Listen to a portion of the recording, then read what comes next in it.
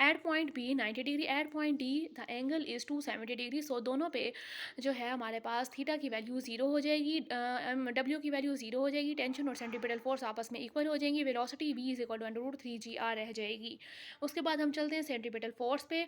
उससे पहले हम देखते हैं कि वर्टिकल सर्कल में जो है g most important role play कर रहा है हर पॉइंट पे। हमारे पास हम g को डिस्कस कर रहे हैं, जबकि हॉरिजॉन्टल सर्कल में हमने g को डिस्कस नहीं किया था, क्योंकि g does not plays an important role in the horizontal circle.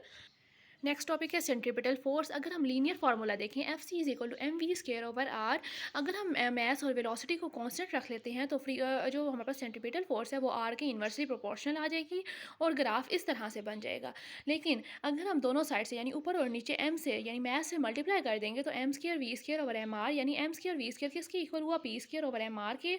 इसी तरह अगर हम एंगुलर केस की अगर हम बात करें, एंगुलर केस में एंगुलर फार्मूला क्या है, f c is equal to m r omega square, omega is equal to 2 pi f होता है। सो ओमेगा स्क्र है तो 2 पाई एफ का हम स्क्वायर ले लेंगे, 4 पाई स्क्वायर एफ स्क्वायर, और f is inversely proportional to the t होता है। एफ स्क्वायर है तो f square is inversely proportional to the t square. F c is directly proportional to the r if other quantities are kept as constant.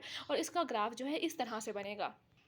ये कुछ values आपके सामने दी गई हैं ताकि आप इसको आसानी से याद कर सकें कि 1 रेवोल्यूशन 2 पाई रेडियन के इक्वल होता है, जो कि 360 डिग्री के इक्वल होता है। लेकिन हाफ रेवोल्यूशन पाई रेडियन के इक्वल होता है, जो कि 180 डिग्री के इक्वल है।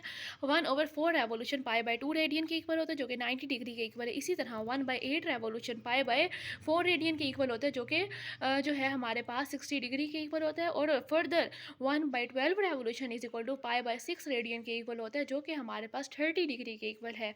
इसी के साथ ही हमारा चैप्टर यहाँ पर एंड हो जाता है। उम्मीद है कि आपको बहुत अच्छी तरह समझ आ गई होगी। अल्लाह हाफिज़।